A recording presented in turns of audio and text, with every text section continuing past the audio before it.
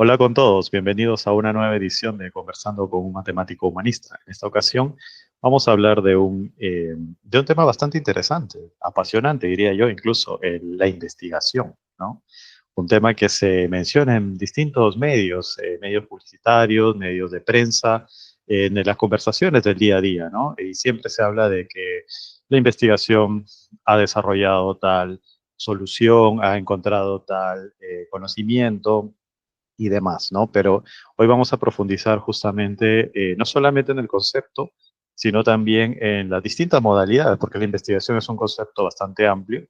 En particular vamos a hablar de la investigación académica y más en particular la investigación matemática, ¿no? Que para muchos puede ser un campo desconocido, ¿no? Y justamente estamos con el más indicado para que nos explique, ¿no? Cómo es esto de la investigación matemática, ¿no? Para digamos, poder resolver cualquier duda que puedan tener al respecto. Bueno, primero de todo, saludar a los presentes. Doctor, ¿cómo se encuentra? Bien, pues muchas gracias por la oportunidad de estar conversando con ustedes. Es un tema muy interesante y apasionante, como dices, así que estamos acá dispuestos a dialogar sobre el tema. Bueno, también está con nosotros Carlos Padilla. ¿Cómo estás, Carlos? Buen día, sí, aquí ya listo para justo comenzar de un tema que es muy amplio y muy apasionante, claro. Sí quiero escuchar mucho sobre investigación en matemáticas, me llama mucho la atención. Excelente. Bueno, este tema surgió a raíz del tema anterior, ¿no? Justamente cuando estábamos hablando de ciencia y tecnología, se mencionó muchas veces el concepto de investigación e incluso también de alguna manera, esclareció algunas, digamos, diferencias que podrían haber entre la investigación en el campo de la tecnología y en el campo de la ciencia, ¿no? Entonces, justamente nos dimos cuenta que ya la investigación de por sí es un tema amplio, ¿no? Sobre el cual podríamos profundizar en este episodio, ¿no? Bueno, para partir, vayamos con el concepto primero, ¿no? El concepto de investigación académica. Doctor, ¿cómo podríamos definir a la investigación académica? Bueno, para dar una idea bastante simple de lo que es la investigación, simplemente podríamos decir que es la generación, creación de nuevo conocimiento. Esa es la investigación. Es una actividad para generar nuevo conocimiento humano. Excelente. Excelente. Entonces, bajo este concepto, podemos decir que el requisito para que un proceso, podemos decir, de búsqueda de información, procesamiento de información, hallazgos, descubrimientos, etcétera, se le pueda calificar como investigación es que necesariamente genere un nuevo conocimiento, ¿no? O sea, por ejemplo, si estamos hablando de un proceso que aborda distintas fuentes de información y genera un producto que es un resumen de estas fuentes, no sería investigación porque no estaría aportando nada nuevo, sino que sería una suerte pues de revisión, de reseña, ¿no? Es así más o menos los límites para determinar a partir de qué momento se podría llamar investigación.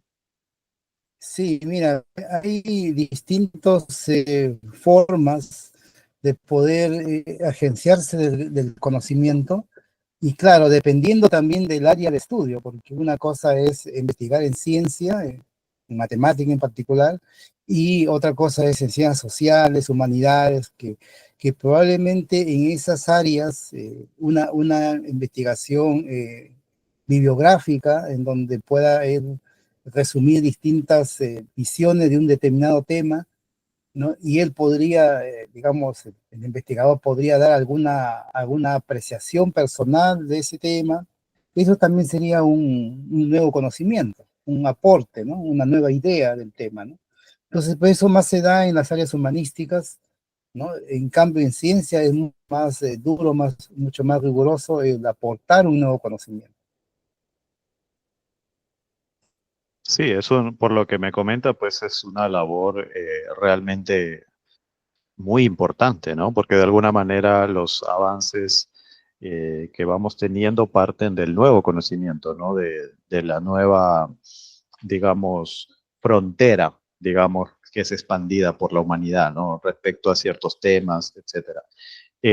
Ahora, con respecto a lo que estamos hablando de investigación, ¿a partir de qué momento en la historia de la humanidad podemos decir que comenzó la investigación? Por ejemplo, acordándome del ejemplo del ingeniero Aldo, ¿no? Cuando habló del hombre de las cavernas, ¿no? De que para matar un mamut diseñó un arma, ¿no?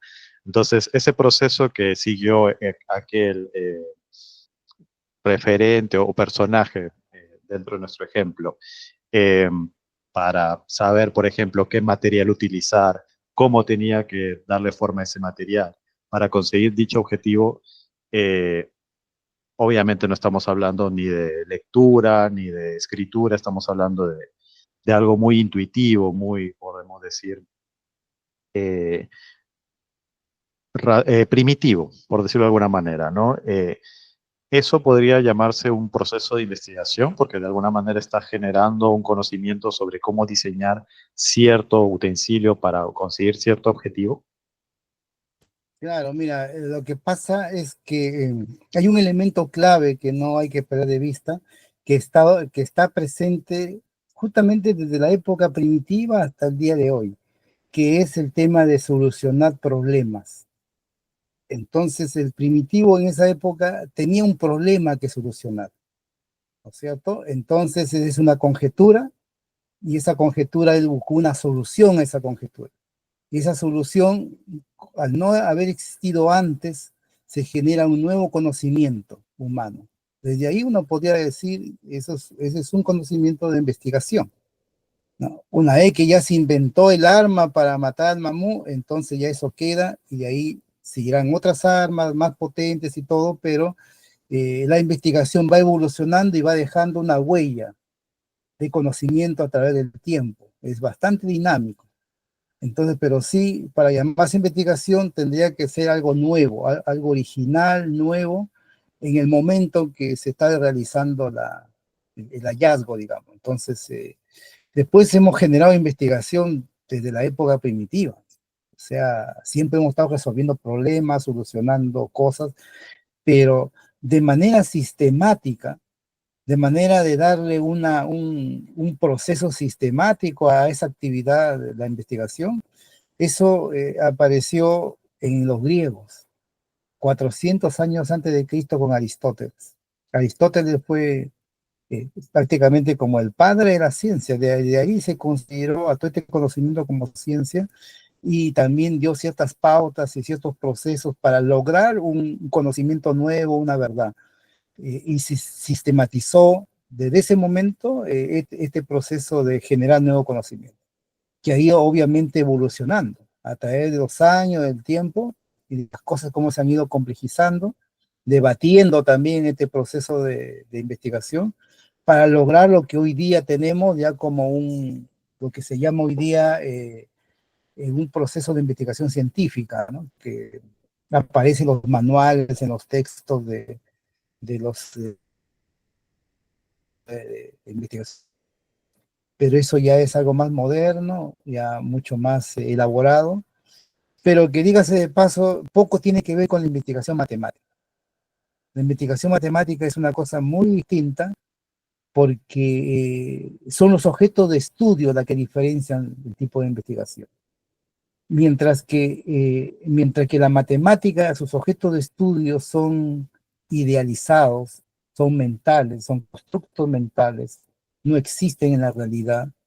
Entonces, esa forma de generar conocimiento es distinto al resto de conocimiento que es más fáctico, más sensible a nuestros sentidos, ¿no? Un físico, por ejemplo, un químico, un biólogo, cualquier otra persona que quiera generar conocimiento, su objeto de estudio es palpable, es observable, es manipulable, es experimentable, ¿no? Tiene ciertas características, ¿no? Y hay un proceso para eso de investigación científica que está en los manuales hoy día. Pero para el caso de la investigación matemática no existe ningún manual que le enseñe a alguien a cómo investigar en Muy matemática. interesante, muy O interesante. sea, muy interesante. Sí, Sí, justamente me parece que es un buen pie para hablar en específico de la investigación matemática, ¿no? Porque como justo señala, no existe ningún manual, o sea, de alguna manera es algo, podemos decirlo, empírico, ¿no? O sea, que los investigadores han venido desarrollando, realizando, pero a diferencia de otros tipos de investigación, no hay como el libro de texto, ¿no? De que diga metodología de la investigación matemática, por ejemplo, ¿no? Entonces, ¿qué caracteriza la investigación matemática? ¿Qué diferencia? Ya nos mencionó el tema del objeto, ¿no? Estamos hablando de un objeto de estudio diferente, ¿no? Un objeto de estudio que parte, digamos, de las formulaciones y de los conceptos matemáticos, ¿no? Entonces, ¿qué otra diferencia podríamos establecer en este tipo de investigación? Mira, ve, hay las diferencias sustanciales con respecto a los otros conocimientos son prácticamente dos cosas. Mira. Primero, que es un conocimiento universal, o sea, genera un conocimiento que es, digamos, válido en cualquier parte del mundo, independiente de la cultura, independiente del país, del idioma, lo que sea, ¿no? Eso no pasa en las otras áreas, porque si uno va a educación, por ejemplo, educación tiene ciertos resultados y ciertas investigaciones, pero siempre es ceñido a una cierta realidad, a un cierto espacio temporal incluso, ¿no? Muy distinto. Incluso la física también puede ir cambiando a través del tiempo, ¿no? Tener, digamos, paradigmas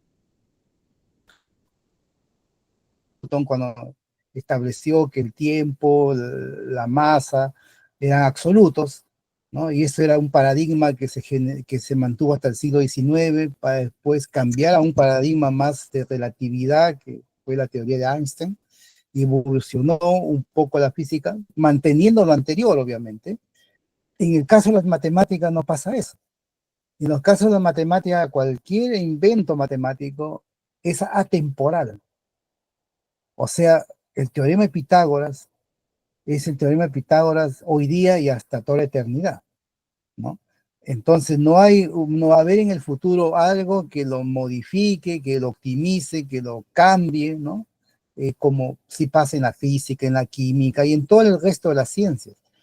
Entonces son dos características que tiene la investigación matemática que lo hacen muy complicado justamente porque tiene que ser universal y tiene que ser atemporal. Entonces la investigación se compite con todo el mundo. O sea, no es que yo voy a hacer mi teorema para Punta Arenas, para Chile y listo. No, no como pasa con alguien que trabaja, por ejemplo, en temas de acá de la región antártica, por decir. Aquí hay muchos temas, pero que son de acá de la región. Entonces, son temas regionales, que es un conocimiento al mundo también, pero es un tema que atañe a una región. En cambio, un teorema matemático es un tema que atañe a todo el mundo, a todo el mundo. Entonces, hay que, digamos, competir con los matemáticos del mundo, y eso le da una fortaleza, porque ser un matemático, digamos, en principio puede trabajar en cualquier parte del mundo. La matemática es la misma. Tiene un campo laboral de todo el mundo. Pero así como tiene ese campo, hay miles de jóvenes que compiten y son buenos para las matemáticas. Así que, bueno, eso te podría decir las diferencias, ¿eh? Bueno, es fascinante, fascinante como un tipo de conocimiento es universal, ¿no? Y mucho más con el formalismo, ¿no? Yo supongo que el formalismo ha hecho que de alguna manera la forma en que se formulan, por ejemplo, los descubrimientos matemáticos sea más posible de entenderse entre matemáticos de distintos lugares del mundo, ¿no? Carlos. Sí, bueno, quería preguntar, comentar un poco em, sobre, ya cuando se hace la investigación matemática, son necesarias tener bases ya, pues digo, quiero imaginar más complejas de diferentes áreas matemáticas o uno se va especializando en su área y pues va nutriéndose solo de esa área o sí ayuda a necesitar como otras bases, no sé, por esto que menciona que es como muy abstracto, entonces no sé si... Sí, Carlos, mira, lo que pasa es que, como dijo Demis, estamos nosotros en este momento, a partir de las primeras décadas del siglo XX, en la cuarta revolución que tiene que ver con la instalación del formalismo matemático, estructuralismo y formalismo matemático. Entonces, ese formalismo matemático que genera un lenguaje bien especializado, ¿ya? Puede, digamos, el investigador concentrarse en un tema muy específico de la matemática, ¿no? Y no necesitar del resto de la matemática, y ir avanzando, que es en general lo que hace la mayoría de matemáticos. ¿Ya? Hay alguien, por ejemplo, un algebrista de álgebra abstracta podría estar interesado, no sé, pues, en teoría de Galois o temas muy puntuales, y ahí va investigando, no necesita de otros temas de matemáticas. ¿Ya? Esa es una debilidad que tiene el formalismo. Es una debilidad porque ese investigador desconoce muchas cosas bonitas y hermosas de la matemática por estar centrado en un solo tema, ¿no? Ahora, eso es la mayoría, pero también hay matemáticos, ya yo diría de un nivel un poco más avanzado, que sí hacen conexiones con otras áreas de la matemática, ¿ya? Y tienen resultados muy impresionantes, muy hermosos, y son aquellos que ganan los premios internacionales, porque la manera de reconocerse como matemático y que, digamos, se haya hecho un aporte real a la matemática es justamente buscar esas conexiones, tratando de buscar una unidad en la matemática. Entonces, esa es una investigación ya que lo hace gente con mucho, digamos, capacidad matemática y de mucha formación. Ese es otro tema que también quisiera mencionar, porque sucede que para lograr un trabajo original, aunque sea de un tema específico de la matemática, se tiene necesariamente que tener una formación básica a la matemática, y eso requiere varios años, muchos años diría yo, para poder lograr, digamos, que tener la base suficiente para conjeturar un problema y resolver un problema. Y aún más, como esto es un conocimiento universal, el estudiante necesariamente tiene que estar orientado en un principio con alguien o un grupo de matemáticos que estén en la punta del conocimiento en ese tema, porque esas personas son los que saben qué cosa falta investigar en matemáticas, qué conjeturas hay que resolver en matemáticas. Y esas personas están en los grandes centros, en Europa, Estados Unidos, acá en América también tenemos algunos centros de personas que tienen ese nivel, ¿no? Entonces, eso lo hace más complejo. Lo hace más complejo porque realmente para hacer un aporte universal y atemporal, pues hay que estar con maestros, con gente que realmente haga esas conexiones, que les decía, a ese nivel, ¿no? Y que esas personas te orienten a que tú consigas algo, aportes algo en ese tema, ¿no? Así es la investigación en matemáticas. No es como yo lo veo en otras áreas, que en otras áreas tú te vas al chat de inteligencia artificial o te vas a una página de Google y le planteas un problema y ahí te dan una serie de artículos relacionados, y incluso en los países donde se están investigando estos temas, y de ahí sacas conclusiones. O sea, es muy distinto porque acá ninguna máquina te va a dar dónde está un problema abierto en un área específica de la matemática, si no es otro ser humano que ha estado metido toda su vida en ese tema y que sabe, ¿no? Exactamente dónde están los problemas abiertos y dónde el estudiante puede empezar a trabajar. Entonces, pero para eso requiere alta formación, o sea, muchos años de formación, cursos que hay que llevar, someterse a pruebas, exámenes. En los doctorados de matemáticas son comunes, por ejemplo, los exámenes de calificación. Son muy comunes en la escuela americana, acá en Chile también se hace, de tal manera que para mirar de que un alumno o una persona se quiera dedicar a la investigación matemática y se pueda tener una cierta garantía de que tiene esa capacidad, lo someten a una prueba después de terminado el primer año, lo someten a una prueba de todos los cursos que él llevó en el primer año, ¿ya? En una prueba de 9 horas, de todas las materias, de puros problemas, ¿no? Entonces, o sea, son 3 materias básicas en las matemáticas: el análisis, el álgebra y la topología, las 3. Entonces, que lo lleva en el año. Al final de año le toman una prueba que le llaman examen de calificación y que el alumno tiene que pasar todas las preguntas, todas las pruebas, para poder continuar ya con su seminario de tesis. Si tú no pasas eso, es porque no tienen la capacidad para investigar. Entonces te regresan a tu lugar. Así de difícil es la cosa. Así es, digamos, la matemática, así en serio, ¿no? Porque también hay posgrados que son de temas relacionados con la matemática, que son otros doctorados, ¿no?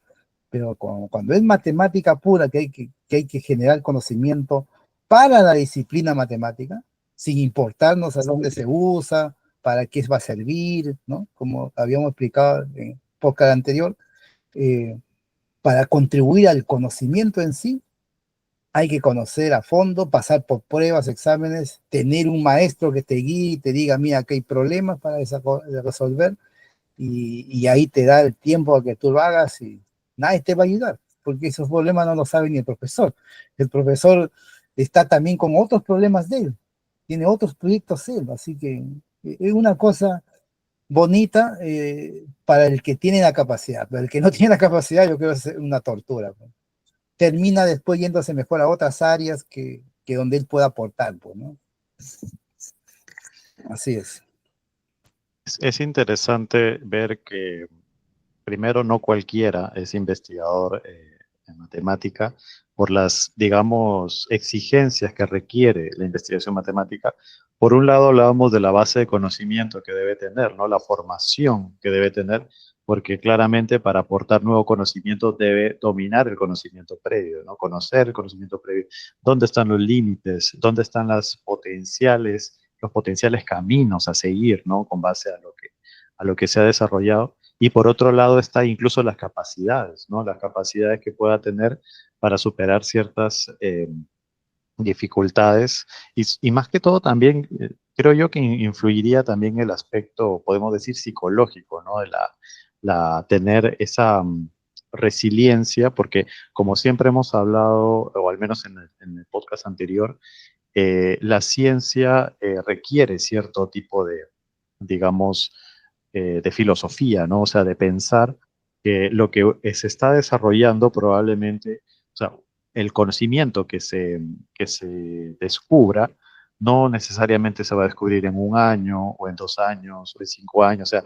nada te garantiza siquiera que vas a llegar a ese objetivo, ¿no? Entonces creo yo que hay que tener una suerte de filosofía de que estás de alguna manera desarrollando algo que probablemente no veas sus resultados en toda la vida que tengas, ¿no? Hay descubrimientos que se hicieron hace siglos atrás y recién han llegado a la solución mucho tiempo después, ¿no? Entonces, de alguna manera hay una suerte de mirar hacia la trascendencia, ¿no? De mirar hacia, yo probablemente, bueno, yo estoy aportando en algo que tal vez no vea el resultado tangible, pero soy parte de una humanidad que está haciendo avanzar mediante mi trabajo, ¿no? Haciendo avanzar los límites del conocimiento, ¿no?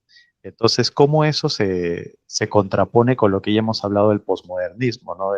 Del utilitarismo, o sea, en la matemática, la investigación matemática se está pidiendo que haya resultados, sea como sea, se está pidiendo que, o sea, es como siempre hemos hecho la broma, ¿no? Eh, no creo que a Isaac Newton le hayan dicho que descubra una ley el año que sigue, ¿no? O sea, no veo ese tipo de exigencia, o no creo que haya habido ese tipo de exigencia, y siendo uno de las mentes más brillantes de la historia de la humanidad, ¿no? Entonces, ¿cómo conviven esas dos corrientes filosóficas de la trascendencia, de que probablemente los resultados de la investigación tomen demasiado tiempo frente a esta corriente inmediatista y utilitarista relacionada al posmodernismo? Sí, mira, como ya habíamos dicho antes, estamos viviendo una época cuya característica se nota, este hecho de, digamos, de que el conocimiento tiene que ser útil para algo, ¿no? Y eso está presente en los jóvenes hoy día, producto del postmodernismo, la educación que han recibido, ¿no? Ya terminó, miren, la época en donde un abogado era un matemático. Pierre de Fermat era un abogado, Leibniz era un abogado, o sea, o eran gente con mucha cultura, un filósofo, a pesar que ellos tenían una carrera, podían haber sido médicos o ingenieros o abogados, pero dedicarse a la ciencia, a las matemáticas, y ahí donde ellos han trascendido, eso terminó. Ya hoy día el joven no quiere estudiar una carrera en donde, entre comillas, no sirva para algo útil, ¿no? O que tenga un empleo bueno, así. Entonces, la pregunta que dicen, me están diciendo, bueno, ¿cómo se convive eso hoy día? Mira, la verdad que no afecta tanto en el sentido de que la dificultad que se tiene para investigar en ciencias siempre, en todas las épocas, siempre ha sido por vocación, por talento primero y vocación. Entonces, por más que venga el modernismo, la educación o los padres, la sociedad le diga, mira, tienes que estudiar una carrera que tenga que tener empleabilidad, tiene que tener utilidad, qué sé yo, si la persona tiene vocación por la matemática, y siempre va a haber gente, siempre hay, ¿ya? Entonces, no importa que sean uno, dos, tres, que sean pocos. La ciencia no es masiva, no es para que haya en una sala de clase pues 50 alumnos que quieran estudiar matemática. No es necesario nada de eso. Es necesario pocos con vocación, con capacidad, y con eso se avanza la ciencia, con esas personas. Entonces, en ese sentido, el postmodernismo no ha influido mayormente porque eso ya es un tema de vocación personal, y como se necesitan pocas personas, no entra al tema del mercado, ¿no? Porque en el tema de mercado sí se necesita bastantes alumnos para financiar la carrera, pero no, en el caso de la ciencia, más bien son las otras carreras masivas son las que financian a estas facultades de matemática, de física, donde está la gente que le interesa realmente aportar a la ciencia, ¿no? Son pocos, ¿no? La mayoría que le gusta la matemática va a carreras afines, o son ingenieros, o estudian ingeniería matemática, que también es bastante cercana, y otros temas que usan matemática, ¿no? ¿No? Computación también, sistemas complejos, hay varios temas que hoy día, digamos, se puede estudiar conociendo matemática, y también van por ahí porque el campo laboral es más amplio, qué sé yo. Pero estudiar la matemática, sí, de verdad, siempre ha sido de pocas, porque, bueno, ahí también hay un tema, mira, no sé si comentar en este momento, pero también hay un tema de que las personas, cuando dicen, por ejemplo, que son buenas para la matemática, ¿ya? Porque tienen buenos recuerdos en el colegio, de que eran buenos para calcular, para sacar, ¿no? Ecuaciones, ¿no? Dicen, sí, he sido bueno para la matemática. Pero sucede que la matemática escolar es una matemática operatoria, no es la matemática verdadera.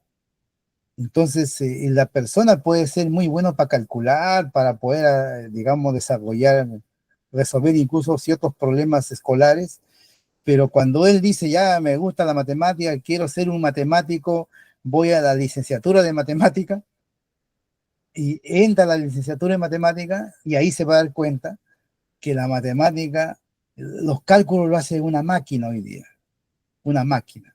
Él necesita tener pensamiento abstracto, necesita tener técnica de cómo demostrar enunciados matemáticos, ¿no? Llegar a la verdad es a través de un proceso demostrativo, lógico, deductivo, y eso es lo duro. Entonces, si tiene capacidad para ese trabajo abstracto, entonces sigue por la línea de ahí. Y si no, como ocurre en mucha gente también, se va de ahí porque mejor me voy a estudiar una ingeniería, mejor me voy a estudiar algo donde yo vea la matemática que yo puedo calcular, usar, no sé, resolver un problema concreto, real. No le va a empezar a gustar la verdadera matemática ya que se da cuando ya uno está en la facultad de matemáticas. Así que es una cosa que quería mencionar porque pasa mucho que la persona diga soy bueno para la matemática, pero en realidad un matemático no es un calculista, no es una persona que le diga, mira, a ver, cuánto es, no sé, multiplicar número de 3, 4 cifras y que él va a ser como una calculadora. No, eso no existe. Eso eran los babilónicos, eso eran los matemáticos muy antiguos. Hoy día hay que tener inteligencia abstracta, hay que tener otro tipo de capacidades y para estar en el mundo de las matemáticas. Excelente. Justamente yo creo que esta es una de las confusiones más frecuentes, ¿no? Yo muchas veces he escuchado, por ejemplo, hace poco mi sobrino destacó en tema calculista, ¿no? Aritmética, por ejemplo, y decían, ah, va a ser un gran matemático. Pero claro, digamos, de alguna manera está esa idea, ¿no? Del matemático resolviendo ecuaciones, ¿no? Y es bueno esclarecer eso, ¿no? Para que no se lleven alguna sorpresa, tal vez el que es bueno resolviendo ecuaciones y vaya a inscribirse en la carrera de matemática, ¿no? Carlos, ¿y tú cómo de alguna manera has tenido alguna experiencia o has visto de alguna forma el gran aporte de la investigación matemática en áreas afines a en las que te desempeñas? Ah, vale, gracias por esa pregunta interesante. Algo que me sorprende, yo trabajo con, que se llaman redes booleanas, es operadores lógicos, prendido, apagado, pero algo que y bueno, y además que esto viene de teoría de grafos, entonces, pues, o sea, como que las raíces de cómo surgen esta parte matemática, pues siempre me llama la atención, ¿no? Porque justamente son estas historias donde dices, no, cuando se crean, no es como que el que lo creó ya estaba pensando, esta es la aplicación tanto para controles remotos y que a alguien se le va a ocurrir modelar cosas de la vida. No, no, no. O sea, es un constructo matemático que se va creando, que se va afinando, y eso es, a mí siempre me llama mucho la atención eso, ¿no? Y que en su momento quizá también no sé qué tan duros eran antes, ¿no? De decir, oye, pero necesitamos que sea aplicable, ¿no? Es decir, no sé qué tanto era antes, pero que me quisiera imaginar que también en su momento fue así como, y esto está padre, pero ¿para qué, no? Y que más adelante pues se dan cuenta que es súper funcional. Y quería también mencionar un poquito de lo que se mencionó en su momento, que creo que sí es muy importante esto, ¿no? Del amor, la pasión, ¿no? Que te guste esto de la investigación, claro, eso es lo que yo creo, y eso, como mencionan, no es para todos, pero pues yo creo que eso es lo que sí te permite también seguir, ¿no? En esta área que a ti te interesa, ¿no? Y quería preguntar un poquito, ¿cómo es la figura de un matemático, ¿no? O sea, un investigador, o sea, ¿qué herramientas tiene, ¿no? Porque, por ejemplo, me imagino un biólogo y lo veo, una imagen es como ir de campo, ¿no? Otros como con un microscopio, ¿no? Y creo que ya en otras charlas nos ha dicho, ¿no? O sea, eh, básico, ¿no? Lápiz, papel y, y la parte abstracta, ¿no? Pero, ¿qué más? ¿Cómo se puede figurar un investigador matemático, ¿no? Mira, Carlos, como el objeto de estudio no es un objeto material, ¿no es cierto? Cuando otros científicos van al campo porque su objeto material está afuera, ¿no? Van a un laboratorio porque tienen que experimentar, hacer un experimento, necesitan incluso tecnología para eso. Y como el objeto matemático es mental, por ejemplo, quieres investigar en triángulos. Los triángulos ni siquiera existen, ni siquiera te pueden tocar, ni siquiera interactúan contigo, nada, está en la mente. Entonces, la manera de poderlo materializar, ¿ya? Es a través de un papel y de un lápiz. Estas dos cosas. Su laboratorio de un matemático, en donde está haciendo eso, es acá aquí, en una oficina, en una sala, ese es su laboratorio. No necesita muchas veces ni una máquina, ¿ya? Salvo que a su investigación esté relacionado con temas de computación, de cálculo numérico, que hay temas que ayuda a la máquina, pero un matemático así puro no necesita ni siquiera eso.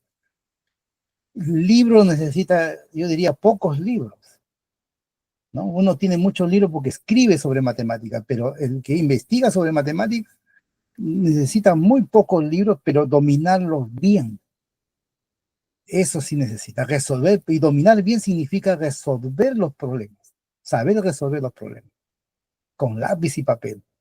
Ese es su mundo, el matemático para, digamos, metido en eso, y eso es lo que le apasiona, y puede estar meses, puede estar un año, no sé, pues hay problemas que ha durado cientos de años sin resolver, muchos años que nadie lo ha podido resolver, pero otros matemáticos han ido avanzando, avanzando, así de a poco, hasta que después se llegó a la solución, y bueno, es solamente un trabajo así bien solitario, ¿no? Incluso hasta solo se podía trabajar.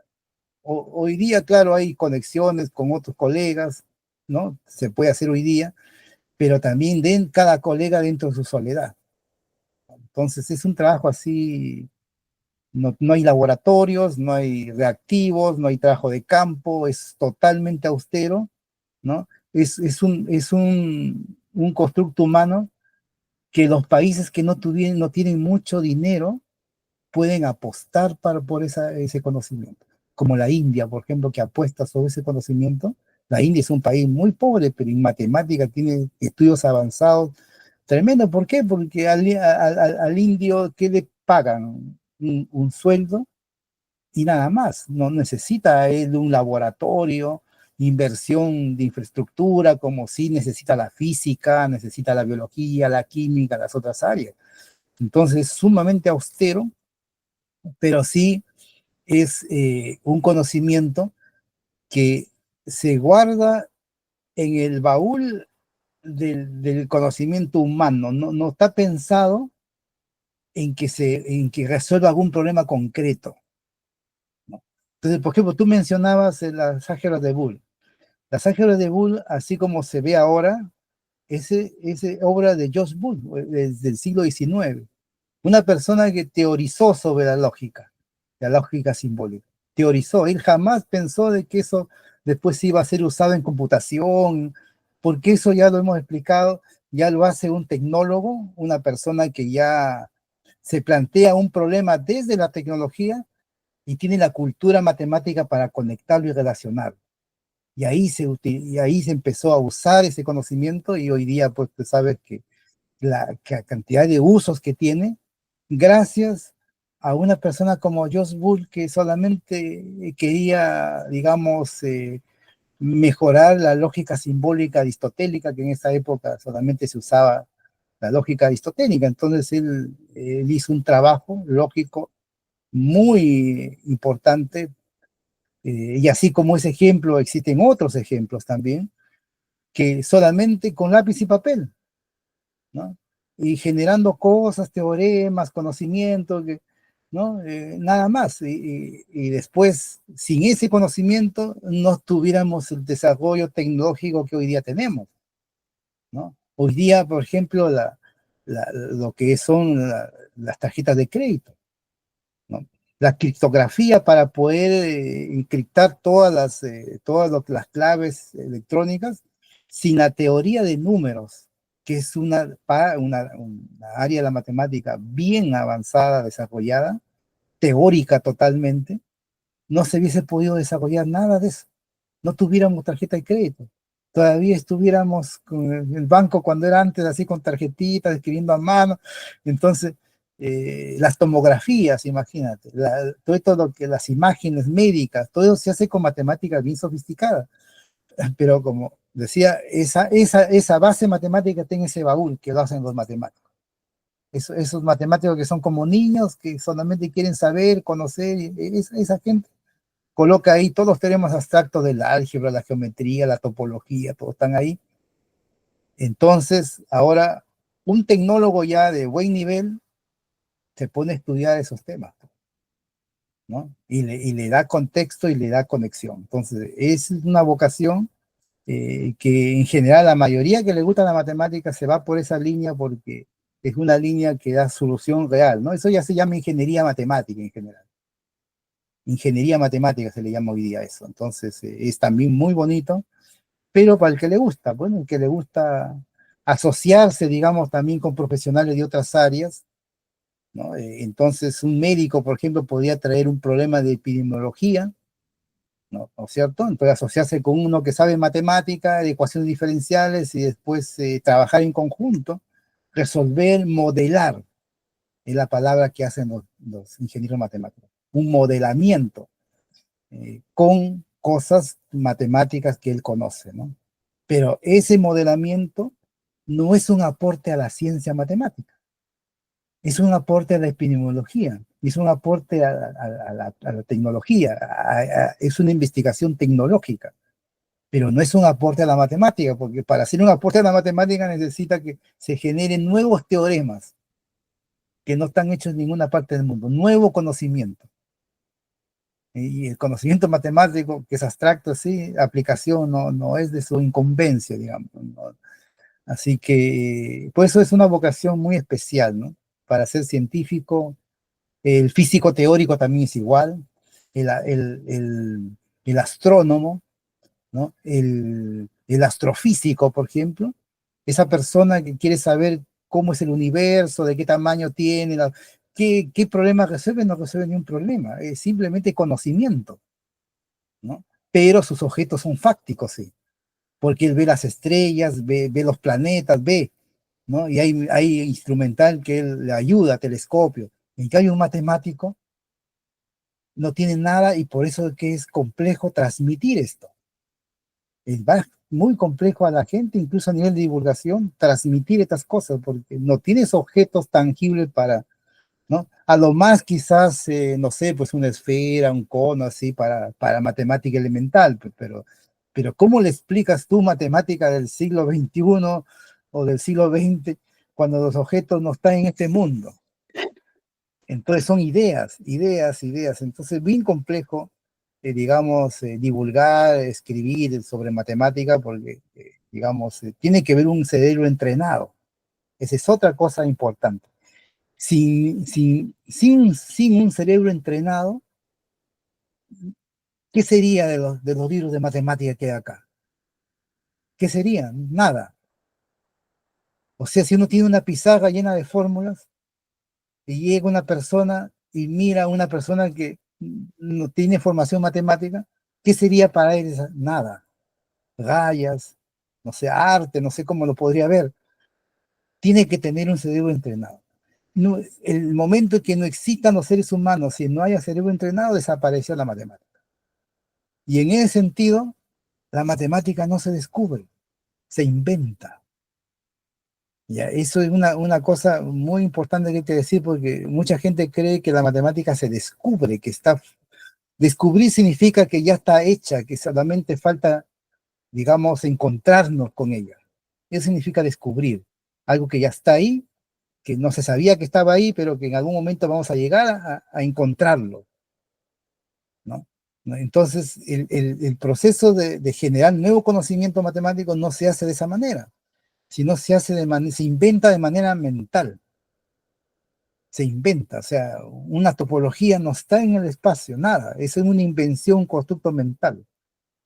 Entonces, en ese sentido, la investigación es en ese sentido, o sea, la investigación matemática, ¿no? Una invención de objetos, de conexiones, digamos, también de establecer ciertas características de localidad o de globalidad de las cosas. O sea, es una belleza la matemática cuando uno las mira de manera profunda, filosófica, más allá del formalismo. Cuando la mira uno más allá del formalismo va a encontrar una belleza enorme en la matemática, pero para entender eso hay que tener formación matemática.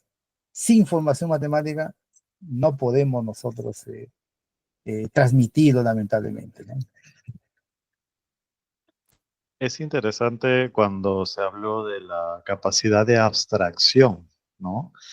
Y que es algo que se entrena, bueno, como cualquier capacidad cognitiva que pueda tener eh, el ser humano, ¿no? Entonces, claro, en el matemático eso debe ser algo fundamental, ¿no? La capacidad de poder, incluso más con la matemática del siglo XX, siglo XXI, donde se abstrae sobre lo abstracto ya, ¿no? Porque yo me imagino, por ejemplo, los primeros inicios probablemente haya habido una suerte de retroalimentación entre lo concreto, sobre lo cual se abstrae y se llega pues a una idea, ¿no? Pero yo supongo que a este nivel se está abstrayendo sobre una idea que ya es abstracta de por sí, ¿no? Entonces yo creo que esa capa de abstracción hace que sea un poco más, por decirlo así, complejo, ¿no? El entender ciertas ideas, ciertos conceptos, em, ciertos desarrollos, ¿no? Qué importante, bueno, siendo tan importante el proceso de abstracción, eh, ¿cómo se podría de alguna manera decir que una persona o que una, digamos, alguna persona que quiera ser matemático sepa que tiene esa capacidad o cómo puede desarrollarla? ¿Cuál es de alguna manera una forma en que se puede discernir, ¿no?, que una persona tiene más o menos capacidad de abstracción? Mira, ha dado una excelente pregunta, porque fíjate que el tema de la matemática, va más allá de la vocación, va más allá de que a uno le guste la matemática. Y te voy a dar un ejemplo concreto porque es muy similar a lo que pasa con la ciencia, en especial la matemática. A mí me puede gustar mucho el fútbol. Puedo ser un fanático. Puedo estar mirando todos los partidos de fútbol que yo quiera. Puedo ir a jugar todos los días en el barrio y mi pasión, ¿no? Pero eso no me hace ser un futbolista, ¿no es cierto? Entonces, para ser un futbolista, no es para todos. Hay que tener cierta capacidad, no sé, talento, no sé, para ese deporte. Y de los miles de personas que le gusta el fútbol, unos cuantos son los elegidos y unos cuantos son los que juegan en distintos niveles, ¿no? Porque puede uno jugar en equipo de segunda división, de tercera, profesionalmente en el país. Hay otros ya que se van a Europa, hay otros que ya juegan en país, ¿no? Hay distintos niveles. Pero ya desde el que está en un equipo chico, no importa, pero ya demostró una cierta capacidad que no lo hace cualquier persona que le ame el deporte, que le guste, pero que se va a jugar un partido y no toca ni la pelota, ¿no?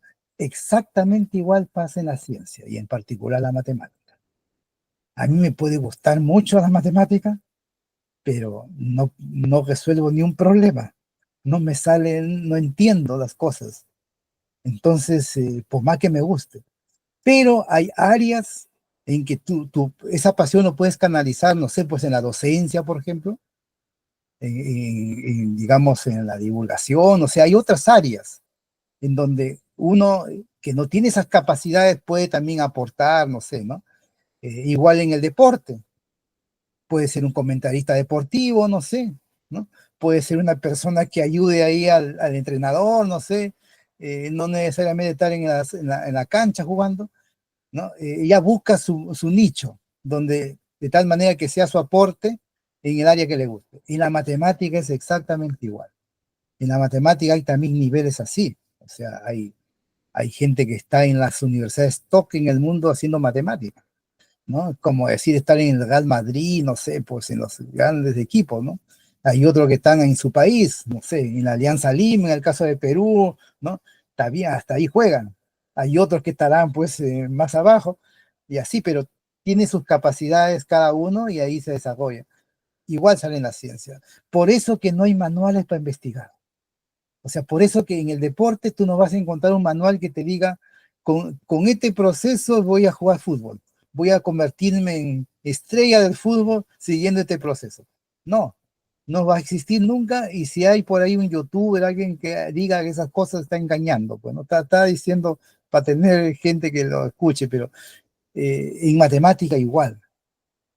En matemática, pues eso es una cuestión muy personal que uno tiene que mirar su capacidad, uno mismo. No, no es solamente lo que me gusta, ¿no? Ojalá que lo que me gusta yo sea bueno a un nivel competitivo y pueda lograr hacer ojalá. Pero si no es así, hay que ser realistas y introducirse en otros campos afines, no sé, pero eso es lo que pasa en la ciencia. Es así digamos, el tema de, no hay un proceso, no hay, ¿no? ¿Cómo uno aprende? ¿Cómo aprendes a jugar fútbol? ¿Cómo aprendes? Bueno, te juntas en un equipo donde están gente más experimentada, ¿no es cierto? Ahí puedes aprender algo, pero tienes que tener un talento para que te consideren en el equipo, si no, ni siquiera de suplente. Igual en la matemática. Yo necesito ser una estrella, necesito conectarme con un matemático de alto nivel y aprender de él. Y ese personaje, para que me tome de alumno, tiene que ver que yo le pueda aportar algo. Si no, no te va a pescar para nada. Te va a dejar ahí y no va a querer ni siquiera que le hables porque pierde su tiempo contigo. Entonces, igual en el deporte. En el deporte nadie va a ir a que le digan, enséñeme a cómo se tira un penal.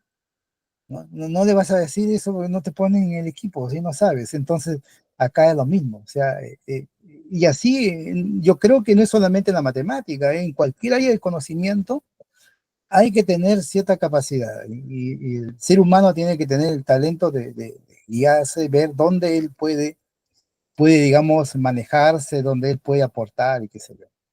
Ahora, con respecto al pensamiento abstracto, mira, que es una cosa que a veces cuando uno le pregunta a las personas, para usted, ¿qué cosa es el pensamiento abstracto? Y muchas veces la gente está pensando como que si fuera algo, digamos, de fuera de este mundo a otro nivel de dificultad, así difícil, ¿no? Entonces, en matemática, mira cómo pasa con el formalismo. Por darles un ejemplo sencillo de pensamiento abstracto en que el alumno que ya muestra capacidad para entender la cosa abstracta lo va a entender rápido, en cambio otros que les va a costar un montón entender esto. Por ejemplo, nosotros sabemos desde el colegio que existen rectas, puntos para hacer una geometría en el plano, por ejemplo, ¿no? Se hace de triángulos, se hace rectas, se hacen cuadrados, se escribirán rectas y puntos. ¿Ya? En el pensamiento abstracto no me interesa la forma, sino la propiedad que pueda tener. De tal manera que yo, por ejemplo, con tres objetos, por ejemplo, acá tengo dos, acá tengo ya tres objetos. Y yo puedo generar una geometría con tres objetos.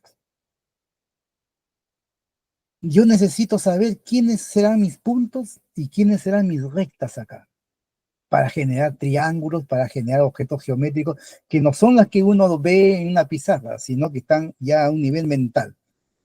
Yo puedo decir, dos de estos objetos defino que sea una recta. Por ejemplo, acá tengo una recta, acá tengo otra recta, ¿no? Y así tengo tres rectas, ¿no? Entonces, si tú logras entender el concepto de recta, estás generando un pensamiento abstracto. Hay chicos que no lo entienden, que tienen que ver la recta dibujada así como así una línea. No tiene capacidad para pensamiento abstracto. En cambio, el que ya se da cuenta de que con rectas y puntos, así que este puede ser un punto, este puede ser otro punto, o sea, para un matemático, estas dos cosas es igual que escribir dos puntos en una pizarra, P y Q, lo mismo, a pesar de que estos son objetos distintos, pero no me interesa el objeto en sí, sino la relación que hay entre esos dos. Y si yo le digo que teniendo dos de estos objetos lo voy a llamar una recta, entonces yo puedo generar hasta un triángulo con tres de estas rectas. Entonces son situaciones, digamos, elementales, sí, pero para que te den una idea de que el nivel de abstracción va subiendo, va subiendo, va subiendo, pero desde ahí, desde los primeros ejemplos, uno ya detecta, este muchacho inmediatamente captó la idea, este muchacho tiene un cierto potencial y vamos a ver hasta dónde llega, porque todos tenemos un límite. todos tenemos un límite, todos no podemos ganar la medalla Fields, ni vamos a ser un matemático reconocido, todo el mundo no va a llegar a esos niveles, tiene sus límites. Así como jugar fútbol, una cosa es jugar en la primera división, otra cosa es jugar en un equipo de provincia, otra cosa es jugar en un equipo ya más potente, otra cosa es estar en el Real Madrid, qué sé yo, entonces así, lo mismo acá, hay niveles, ¿no? Y en ese sentido, pues hay espacio para todos los que tengan algo de talento en la matemática y disciplina de trabajo, porque si no hay disciplina tampoco, por más talento que se tenga, se va a quedar en el camino, porque bueno, los grandes talentos de la matemática han sido súper estudiosos, todos. No ha habido ninguno que uno diga, no, este era un relajado que llegaba un día y sacaba un teorema y después iba a tomar, no sé, pues a relajarse. No, Newton estudiaba día y noche. No almorzaba, no comía, se olvidaba de bañarse. Einstein era lo mismo y todos los matemáticos en general son así, ¿eh? Y eso afecta su vida personal, ya es otro tema, pero un científico, si no tiene la comprensión de su familia, está sonado. Son gente que tiene una serie de problemas personales porque su pasión es absorbente, ¿no?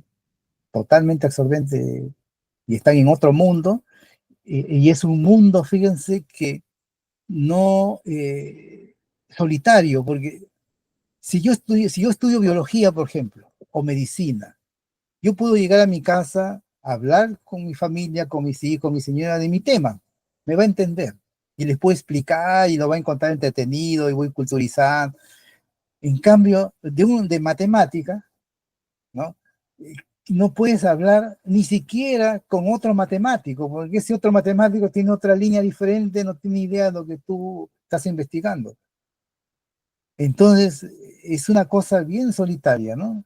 Una vocación fuerte, ¿no? Tu casa nadie te va a entender, o sea, por más que tú le digas, es así, no es parte de una cultura así asequible, fácil, ¿no? Las bibliotecas de un matemático, o sea, son de lo más, yo creo, sin cultura totalmente, porque cualquier libro no vas a entender si es que no tienes un cerebro entrenado, ¿no? Es muy distinto que tú tengas una biblioteca de historia, de literatura, de novelas, ¿no? De poesía incluso, ¿no? De tanto tema, ¿no? Que es interesante, ¿no? Que te culturiza, que te humaniza, qué sé yo. En cambio, en matemática, ¿no? La humanidad, trato de hacerlo yo, por eso me autodomino matemático humanista, pero en general los matemáticos no son tan humanistas, son totalmente lógicos, científicos, deductivos y metidos en su mundo, ¿no? Así es.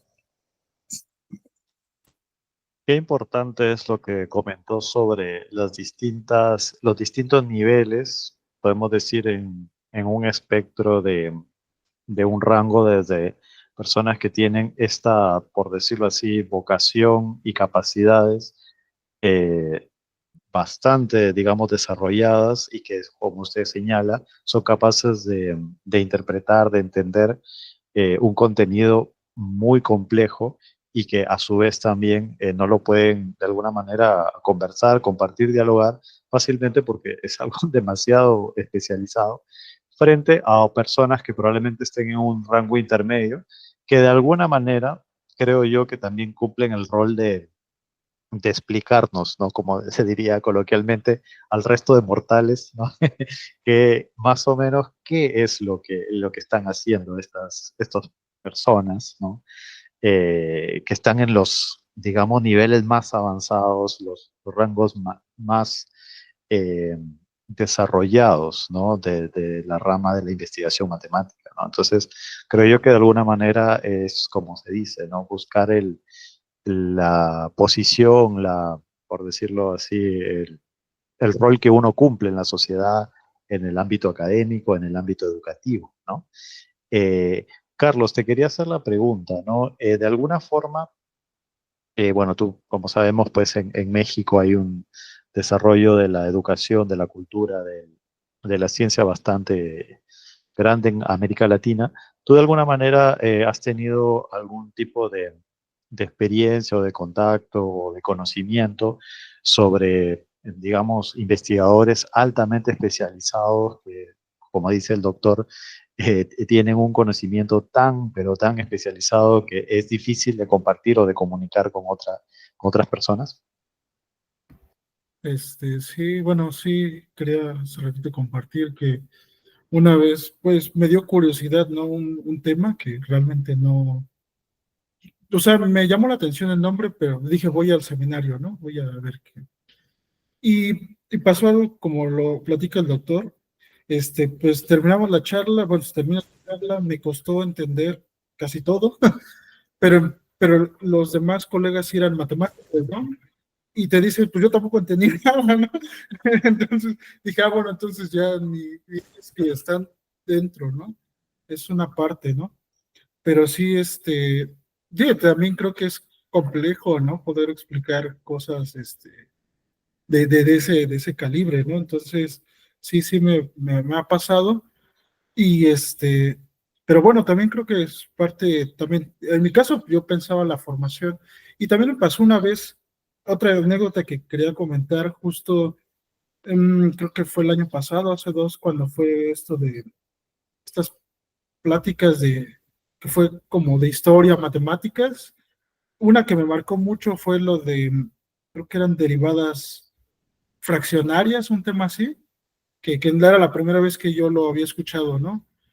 Y luego justamente también fui a un seminario donde, o sea, como que era un tema así, no le decía nada de derivadas, ¿no? De estas fraccionarias, pero las mencionaron, ¿no? Y las estaban ocupando. Y dije, hasta fue cuando dije, eso ya lo había escuchado, ¿no? Ya un poquito, ¿no? Y entonces también te alegra cuando ya puedes un poquito ser parte, ¿no? De esa, pues de esa charla, de esa discusión, ¿no?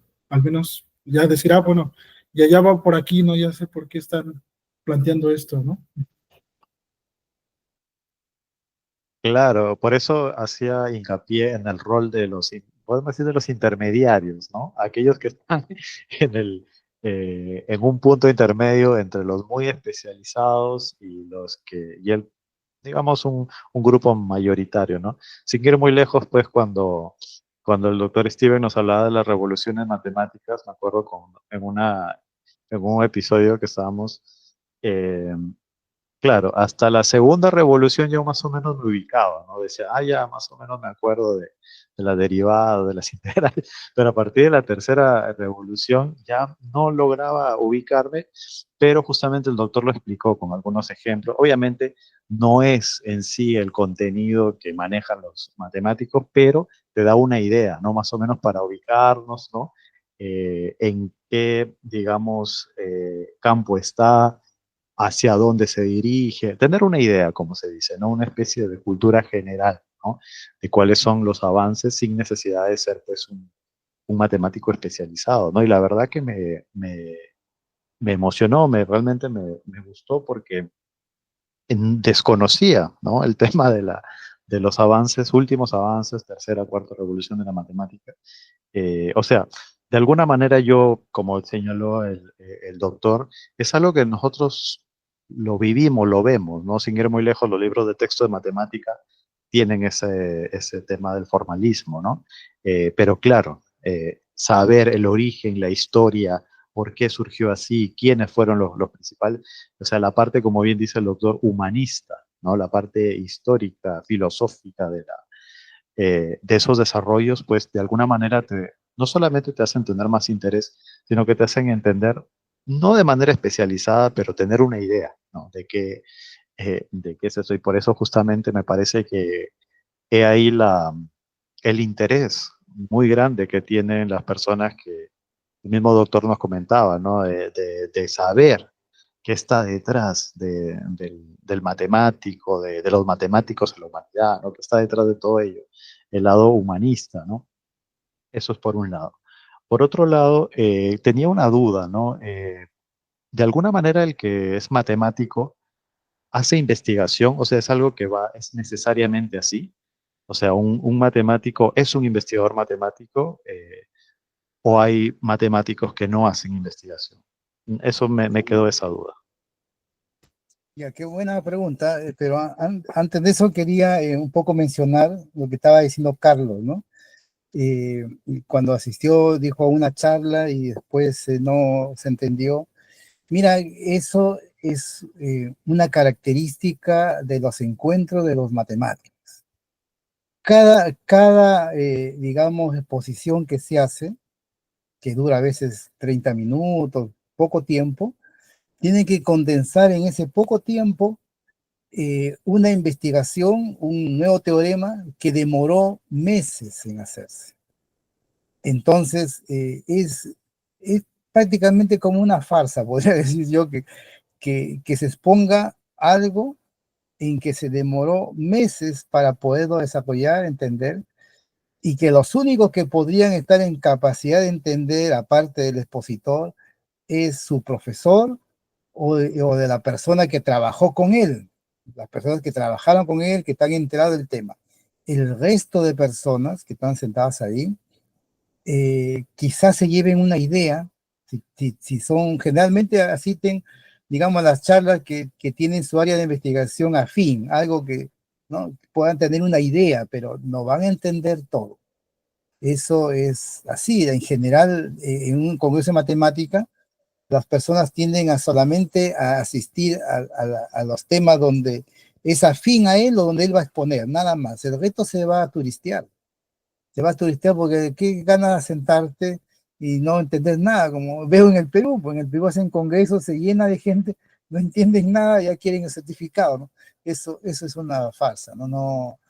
Entonces, por eso que yo trato siempre, incluso cuando expongo temas de matemática, de que darle una característica distinta, de que las personas puedan entender, aunque sea un teorema original, una cosa nueva, pero buscar la manera que el matemático que está ahí salga sabiendo, ¿no? Teniendo una idea de lo que yo hice, de lo que yo desarrollé. Para eso es suficiente, no puedo hacer más. Incluso, miren, eso pasa a todos los niveles, ¿eh? A todos los niveles. Incluso uno puede estar exponiendo algo que está mal hecho y nadie se da cuenta, ¿ya? Y después te tengan un certificado, nadie se da cuenta. Pasa, mire, yo le voy a contar la anécdota de Andrew Wallace, que fue el que probó el último teorema de Fermat. Una conjetura que estaba, digamos, planteada de la época de Fermat, el siglo XVII. No había sido resuelta. Y este señor, cuando pensó tener la demostración, convocó un congreso en Cambridge, ¿no?, diciendo que va a exponer sobre formas modulares, pero toda la gente ya se había comentado de que él había demostrado el teorema de Fermat, el último teorema de Fermat. Entonces se fue este señor, Andrew Wallace, hizo la tremenda charla, probó todo lo que había que probar y al final dijo, por lo tanto, hemos probado el teorema el último teorema de Fermat. Todo el mundo lo aplaudió, todo el mundo, y resultó de que cuando ese documento tenía que pasar por pares evaluadores para poderlo ya publicar, tenía una falla que no era salvable. Rápidamente demoró un par de años más para salvarlo. Sin embargo, ya lo había expuesto en Congreso. Con las lumbreras que existen en la Universidad de Harvard y toda la gente de alto nivel que especialista en ese tema, igual hubieron cosas que no entendieron. Entonces, y lo dejaron pasar y creyeron en el exponente, en el expositor, pues, ¿no? Eso es lo que realmente uno hace, cree en el expositor. Pero eso no significa que eso esté bien desarrollado, porque para que eso ya se garantice en buen desarrollo, tiene que pasar por pares evaluadores, gente experta que ya el documento lo va chequeando paso a paso, todas las cosas que se afirma, y después de la firma pasa ya como un conocimiento matemático, y eso fue después ya. Con respecto a la pregunta de Demi, que era sobre, no me acuerdo, ¿cuál era tu pregunta? Sí, sí, un matemático necesariamente es un investigador matemático. Sí, mira, ve, que es una buena pregunta, porque mira, ve, voy a primero mencionar al Perú. ¿ya? Y después voy a mencionar tu pregunta. En el Perú, ¿ya? Y yo creo que es quizá de los pocos países que piensa así, basta que tú tengas una licenciatura de matemática para que ya te llames matemático, ¿no? Me autodomino matemático porque tengo mi licenciatura de matemática y trabajo de profesor, puede ser hasta universitario, ya soy un matemático. Y sí, incluso hay hasta colegios de matemáticos en Perú, como si fueran colegios de médicos, de ingenieros, como profesiones. ¿Por qué? Porque el Perú lo ve como una profesión, no lo ve como una carrera científica. ¿Ya? El Perú tiene ese gran problema que lo he dicho siempre cuando he ido por allá. Ellos lo miran como si fuera un ingeniero, un físico. Entonces, tengo mi título, incluso es título profesional en Perú, entonces soy un matemático. Sucede que si uno se sale del Perú y se va a otros países, ¿ya? Primero que para lograr ser un matemático, la licenciatura no es un título profesional, sino un grado académico. El grado académico, un primer grado, incluso es de 4 años, ¿no? En Estados Unidos también igual, 4 años, no es 5 como en Perú. Pero eso no te habilita para ser un matemático todavía. Tiene que llegar hasta el doctorado, magíster, doctorado, porque ahí en esa etapa final te habilitan para hacer investigación en matemática, porque ahí tienes que desarrollar un trabajo de investigación publicado y todo, y ahí ya eres un matemático, por lo menos de manera legal, oficial. Entonces, por eso que digamos, en la comunidad matemática, el que se dice que es matemático es porque desarrolla matemática, ¿ya? O sea, en otras palabras, es un investigador. ¿Por qué? Porque sucede que es una carrera científica. Su actividad de un científico es investigar. No es ser un profesional que utiliza la matemática, no, sino que es investigar. Entonces, ya está, ya por definición, tiene que ser un investigador. Ahora, que con un doctorado ya te califican, que tienes esa capacidad, que tú puedes ya desarrollar una investigación, puedes seguir en esa carrera. Pero eso ya depende de la persona que continúe. No siempre las personas dicen voy a continuar y ahora me interesa el doctorado porque voy a tener, no sé, un puesto de trabajo y quiero ser un profesor universitario y después ya no investigan más. Puede suceder, ¿no es cierto? Pero la comunidad matemática como que tiende a excluirlo a esa persona, ¿no? O sea, son algo que yo no comparto, yo estoy describiendo lo que yo observo en el mundo matemático. En el mundo matemático se dice, yo soy un matemático porque investigo, publico, y hablan siempre de eso, de que publican en tal revista. Así es el orgullo del matemático. No está pensado en que es un profesor, es un matemático, no. Un profesor transmite conocimiento matemático que ya está hecho, pero no es un matemático que genera. Entonces, en ese sentido, uno es matemático, ¿ya? En el momento que investiga y puede dejar de ser un matemático. Y se convierte pues en un profesor de matemática, ¿no? O un académico en matemática, no sé, porque tiene la base, el conocimiento, pero si deja de producir, deja de ser un matemático. Y en ese sentido en el Perú pues son muy poquitos, ¿no? Se autodominan matemáticos de un montón de gente, pero en realidad no lo son. No lo son, porque la licenciatura en matemática no te habilita a todavía investigar, necesitas más conocimiento, pasar por más pruebas, necesitas más posgrado, de todas maneras. Y es por eso que en las universidades, para tener un trabajo así de planta o de tiempo completo, requisito mínimo es tener doctorado en la especialidad, matemática, mínimo, ¿no? Y de ahí ya ven si tienes potencial o no, dependiendo de tu currículum, ¿no? Y dependiendo de tus años, cuánto has investigado, cuánto has publicado, cuántos proyectos has ganado, entonces entras a un concurso que pueden venir postulantes de todo el mundo. Es el problema en matemática, que tienes que competir con todo el mundo. Hoy día, aquí en Chile hay gente de distintos países, de Europa incluso, de distintos países, porque sacan concurso internacional. Entonces, y necesitan matemáticos, o sea, gente que produzca teorema matemático. El que no produce, acá puede hasta perder su trabajo. Aquí, por lo menos en Chile, es así, ¿no? Tiene que producir, ¿no? Aún de que se valora mucho la divulgación, se valora mucho escribir libros, se valora, ¿no? Pero si no investigas, el resto no tiene ni un valor. Dudan de cuando tú escribes algo, divulgas algo y tú no eres un doctor o un investigador, dudan un montón de lo que dices, ¿no? Es así el orgullo de los matemáticos, ¿no? Ese es el tema que a veces yo casi no lo comparto porque yo creo que en la matemática hay espacio para todos y, y bueno, pero aquí la comunidad matemática es así.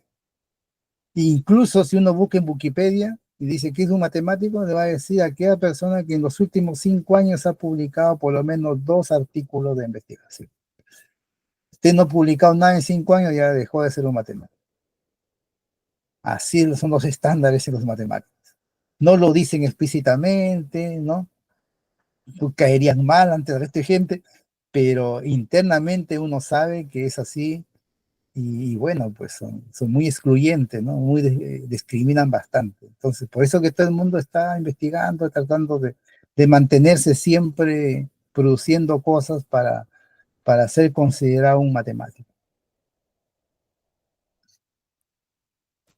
Doctor, usted comentó que, bueno, dentro de la ciencia y también en el campo de la matemática, claro, obviamente nada te garantiza que descubras algo en un año, en 2 años, en 3 años, porque son una serie, pues, de estrategias, de caminos que vas siguiendo y a veces muchos de esos caminos no te conducen a la solución o más bien te alejan de una potencial solución. ¿Cómo eso se convive con el hecho de que tú tengas que publicar en 2 años? Por ejemplo, yo como matemático eh, hago una investigación intensiva. Nadie me puede decir que yo no estoy investigando porque yo lo estoy haciendo, estoy desarrollando, etcétera. Pero si tengo que publicar, necesariamente tengo que publicar un descubrimiento o puedo reportar los procesos que he venido haciendo para de alguna manera sustentar esa labor que nos está comentando, ¿no? No, mira, si no tienes publicación, no tienes nada. Tú puedes tener muchas ideas y muchas cosas. Mira, lo que pasa es lo siguiente, mira, esta situación, digamos, de que en las universidades te piden ahora estos estándares de investigación, incluso anualmente, por lo menos una publicación, por lo menos ganar un proyecto, ¿no? Te piden eso, y es cierto lo que tú dices, o sea, en el caso de matemática, uno no puede garantizar tiempos, ¿no? O sea, si uno quiere hacer matemática de calidad o realmente un aporte, no puede garantizar tiempo, puede pasar años, ¿no? O sea, los grandes descubrimientos matemáticos han demorado décadas, lustros para hacer algo bueno realmente, ¿no? Algo histórico, algo que...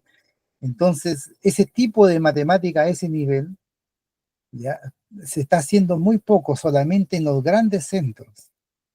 En los grandes centros de investigación sí se hace ese tipo de matemática porque, bueno, cualquiera no gana un concurso en esos centros. Son gente que tiene una capacidad enorme, ¿no? Grande de la matemática. Ahora, ¿qué pasa en las demás universidades? ¿No? Donde llega el resto de matemáticos.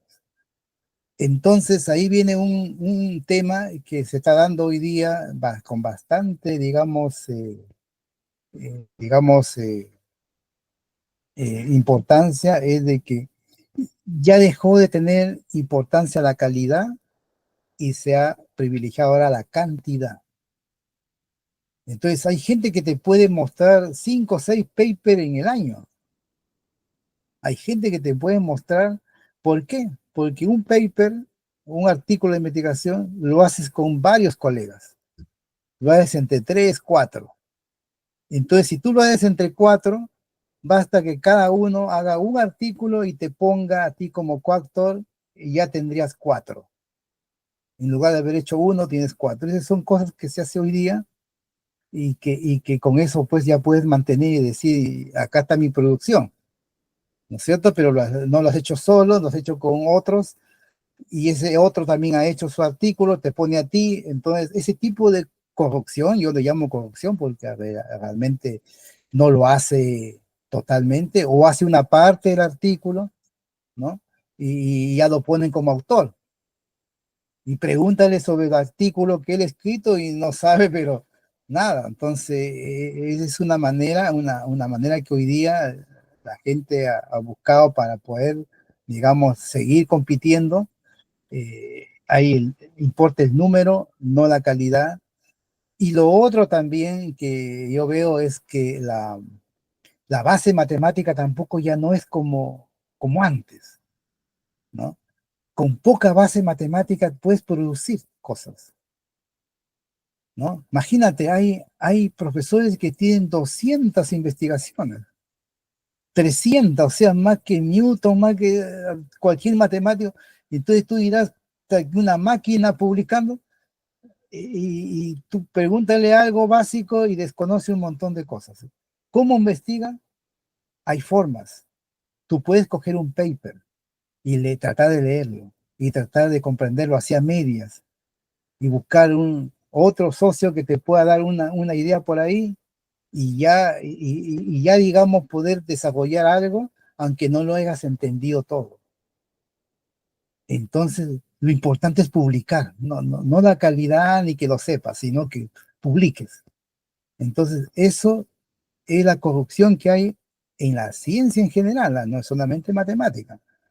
En educación, en donde sea, hay ese tipo de situaciones.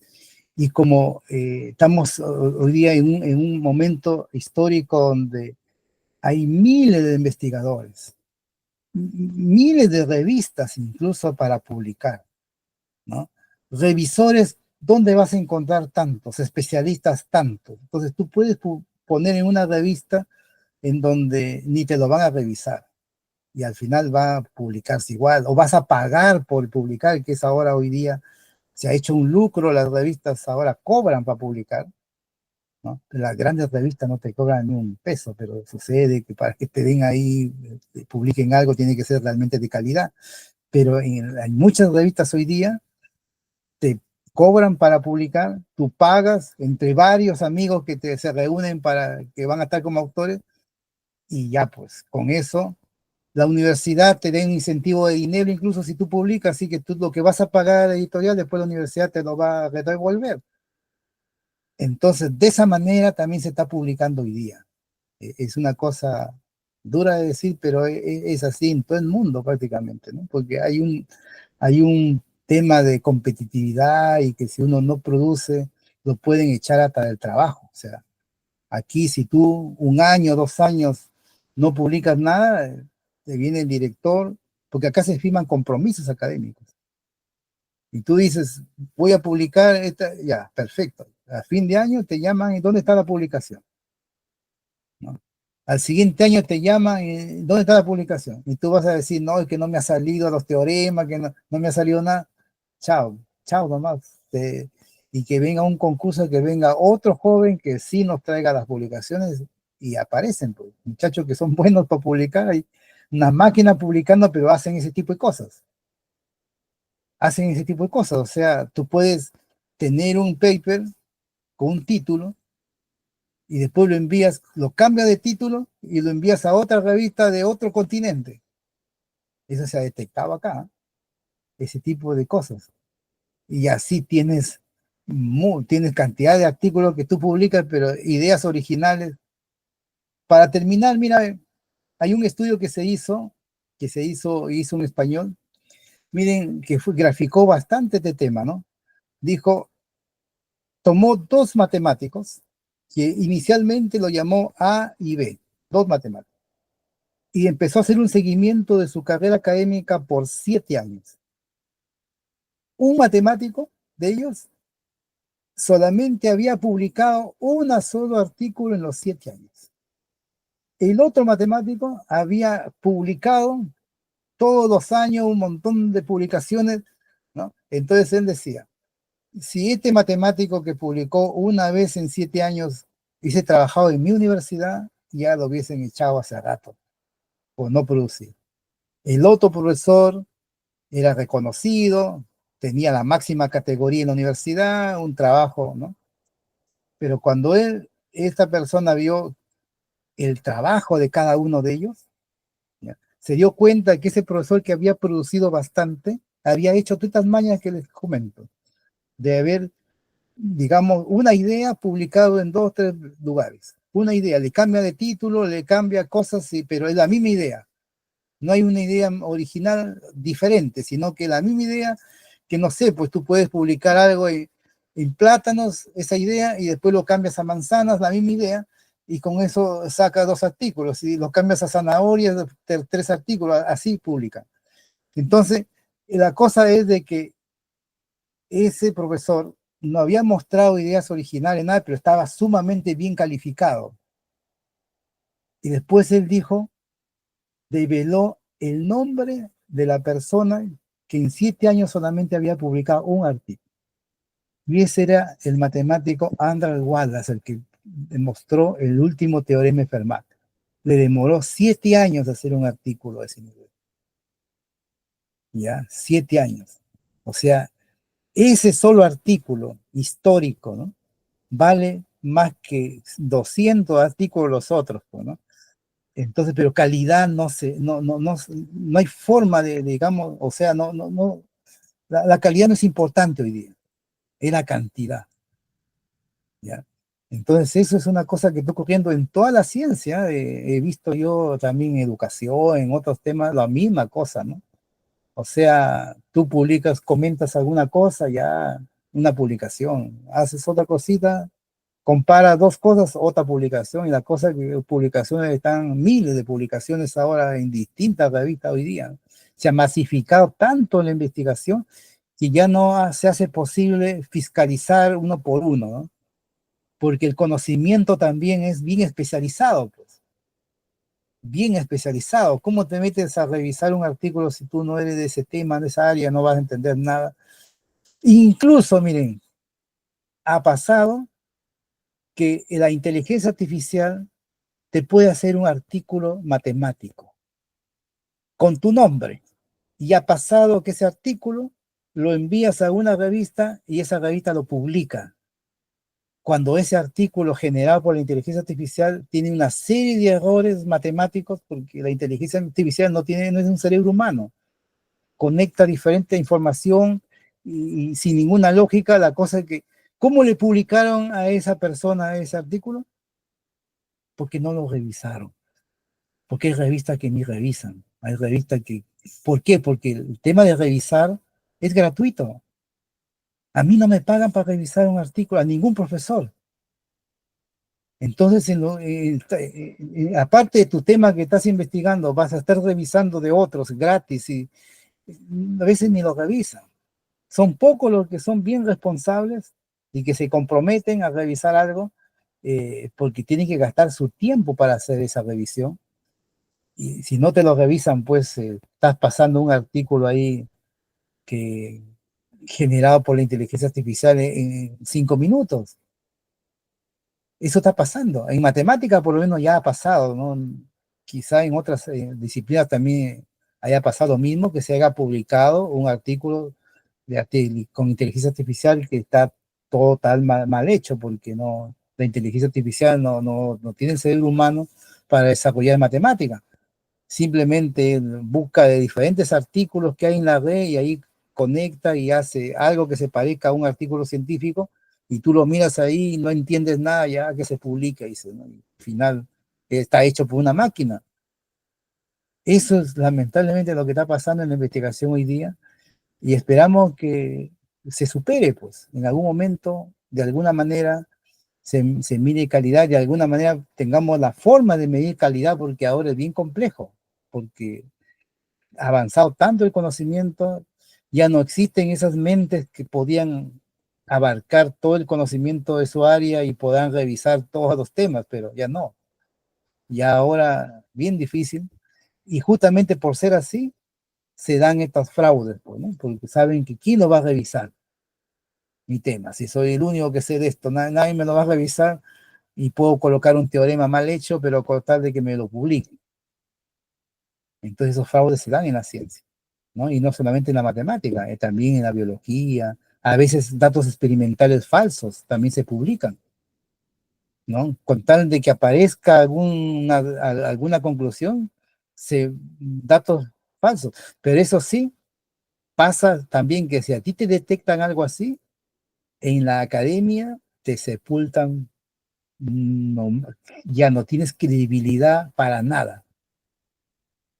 Te arriesgas en eso, por lo menos en las cosas experimentales, que se puede verificar, otro investigador puede verificar a ver si dan los mismos resultados, pero en matemática es bien difícil, ¿no? Que alguien, digamos, pueda revisar algo que no entiende nada, ¿no? Entonces, esas cosas se dan lamentablemente en la, en la academia y todavía no hay forma de cómo superarlo, pues, ¿no? Así es, estimado Denis. Muy interesante y también deja mucho a la reflexión, ¿no? Porque siempre hablamos de las grandes mentes, del desarrollo de la ciencia, de la matemática y claramente pues no estamos hablando de personas que hayan publicado demasiados libros, demasiados artículos, pero sí aquellos que hicieron un antes y un después, ¿no? Entonces nos deja justamente a la reflexión de hacia dónde estamos yendo, ¿no? Con esa filosofía hacia dónde estamos yendo realmente, ¿no? Pero bueno, yo creo que queda para un siguiente episodio hablar de revistas académicas, que me parece un tema muy interesante, ¿no? Cómo una revista se puntúa, ¿no? Porque hay rankings de revistas, ¿no? Cómo se hace esa puntuación, qué tan buen medidor de la calidad es esa puntuación, ¿no? Sería interesante conversarlo en otro episodio porque creo que ya estamos, al menos para este episodio, ya para dar las palabras finales, ¿no? Bueno, doctor, ¿qué tal la pasó? ¿Cuáles serían sus comentarios finales? Tal vez una reflexión final sobre el tema de la investigación académica. Excelente, como siempre, con ustedes. Así que ha sido un bonito tema, muy importante el tema de la investigación.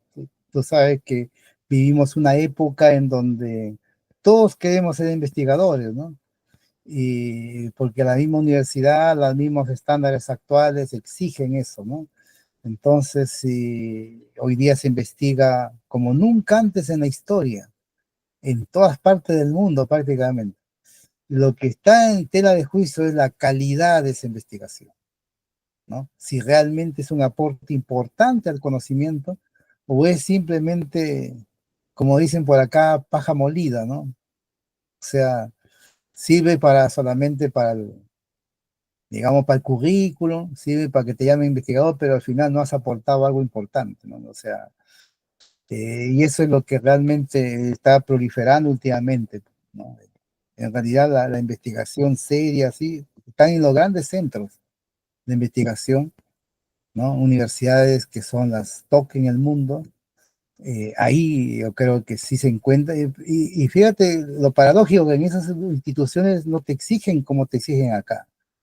No, ellos saben que la investigación matemática no le pueden dar espacio de tiempo, ¿no? Andrew Wallace, por ejemplo, por 7 años no lo echaron del trabajo en la Universidad de Princeton, nunca le dijeron, "No, usted no está investigando nada, tiene que salir", no, confiaban en él, ¿no? Y miren lo que logró, entonces, y así, son universidades que tienen otro nivel de desarrollo, tienen profesores también que conocen y que en cambio nosotros acá no, pues acá nosotros imitamos a esos países. Queremos que todos seamos investigadores, eso es que Perú también está mal ahí, ¿no? No, en un país desarrollado, por ejemplo, todos no son investigadores y no por eso van a echar el trabajo. Hay mucha gente que se dedica a hacer una buena docencia, son buenos profesores de matemática, sacan libros, hacen otras cosas, tienen, ¿no? Y no investigan y no nos van a echar el trabajo por eso. Pero su aporte está en otras cosas, tienen una buena formación, hacen buenas clases y todo. Lo único sí que su carrera académica queda a nivel medio nomás, no puede avanzar a profesor titular, por ejemplo. Para eso hay que ser investigador, pero su estabilidad laboral está ahí. Eso pasa en los países desarrollados, en Estados Unidos, en Europa. no todos son investigadores, ¿no? En cambio, nosotros aquí en América Latina, sobre todo Perú, que lo veo que todos quieren ser investigadores y quieren ser Renací, todo lo que, ¿no? Ese es un tema absurdo porque no es para todos. La universidad es más que la investigación es uno de los, digamos, de las actividades importantes, pero también está la formación profesional, la docencia, la vinculación con el medio. Existen otras actividades que necesitan personas que también atiendan esas cosas, ¿no? Ojalá sean gente preparada del máximo nivel, pero que se dediquen a hacer una buena docencia, una buena divulgación del conocimiento. Entonces ahí hay espacio para todos. Así es un país desarrollado. Ojalá que eso cambie en Perú. O sea, en general, eh, en México lo veo muy similar también. Lo veo muy similar. Hay un grupo, hay una élite de investigadores y el resto son profesores por asignatura, que lo llaman allá, y que no tienen para investigar porque también ganan muy poco. Esa es otra cosa que también es importante decir. O sea, los investigadores también son los que más ganan, los que están mejor, porque es necesario que ellos se dediquen a esa actividad 100%. Pero la universidad no tiene el recurso para darle pues un buen sueldo a todo el 100% de los profesores, porque son miles de profesores en una universidad grande. Entonces contratan profesores por asignatura, más económico, más barato, les contratan solamente por la clase, pero a esas personas no le evalúan como investigadores, porque muchas veces no tienen ni doctorado, pero porque se necesitan profesores y hacen buenas clases y todo, pero le pagan muy mal. Entonces, de todo eso hay en la universidad. eh, en Perú ya están tratando de que todo el mundo investigue, ¿no? Hasta los que hacen por asignatura, por hora, también igual. Entonces, eso, yo creo que ahí están mal, no es así. O sea, es para poca gente que tiene la capacidad, la base, la formación también. Hay que tener formación y la disciplina, ¿no? Eso es otra cosa que en Perú también falla, porque Perú no te exigen que tengas doctorado en la disciplina. Tú puedes ser doctor de educación y estar en una facultad de matemática en Perú. Y eso es en ninguna parte del mundo, yo creo que pasa así, pues, ¿no? Tú tienes que tener tu doctorado en la especialidad de tu departamento, ¿no? Entonces, pero bueno, me falta mucho avanzar todavía a Perú, ojalá que en algún momento cambie. Así que estamos contentos, pues así esperando la próxima oportunidad de estar con ustedes, conversar y con ganas de comerme los tacos mexicanos siempre, ¿ah? Gracias, ¿ah? Eh, Gracias a usted, doctor. Realmente aprendemos bastante en estas conversaciones. Eh, un tema que también se me ocurre para un siguiente episodio es el rol de la universidad en la sociedad y en la comunidad, ¿no? Porque a veces hay una confusión sobre qué tiene que hacer la universidad, o sea, por qué se crea, cuál es su función, qué posición tiene dentro de la sociedad, al menos en las sociedades donde la universidad se integra muy bien con la vida comunitaria, con la economía del lugar, eh, digamos, con el ambiente, etcétera, ¿no? Entonces sería muy interesante también hablar sobre eso en un siguiente episodio. Carlos, ¿qué tal la pasaste? ¿Cuáles son tus comentarios, palabras o reflexiones finales sobre este tema? Bien, bueno, la pasé muy bien, la verdad es que tanto estos temas de ciencia, investigación me gustan mucho. Pues pude profundizar un poquito más, entender un poquito más esta investigación matemática, ¿no? Creo que, bueno, yo rescato mucho esto que comentaba de que tiene que ver amor, pasión, ¿no? Tiene que gustar y eh, te tiene que motivar, ¿no? A hacer este tipo de actividades. También, pues claro, la otra parte, ¿no? También, pues tener la capacidad, porque pues una cosa es que te guste mucho y otra es, pues, soy malo, ¿no?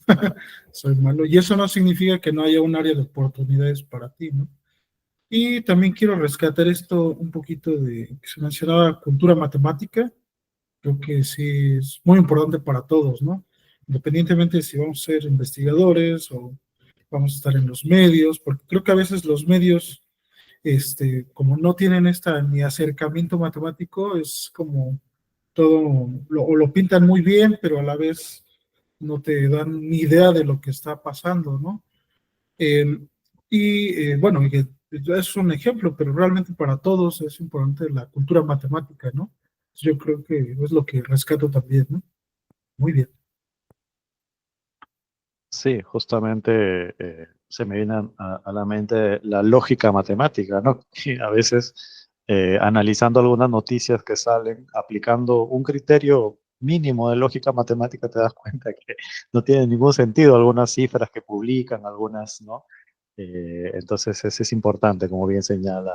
Y como hemos mencionado varias veces, ¿no? El rol del matemático, el rol de la matemática en la sociedad y de la educación también, ¿no? Y bueno, con eso vamos a concluir este apasionante episodio. Realmente la investigación es algo que está en boca de todo el mundo. Como bien dijo el doctor, creo que en la historia de la humanidad nunca ha habido tanta gente que ha pensado seriamente en dedicarse a la investigación en plantearse ser investigador.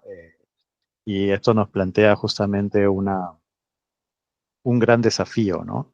Sobre todo tomando en consideración el tema de la cantidad sobre la calidad, que es un punto que hay que reflexionar bastante, ¿no? Porque de alguna forma, pues me parece, un manejo ineficiente de los recursos, ¿no? Porque de qué sirve que alguien publique, si al final no, o sea, es aire, ¿no? O sea, no te va a llevar a ningún lado. Entonces me parece que y se invierte y se gasta y se vende, etcétera, ¿no? Entonces es bueno para reflexionar.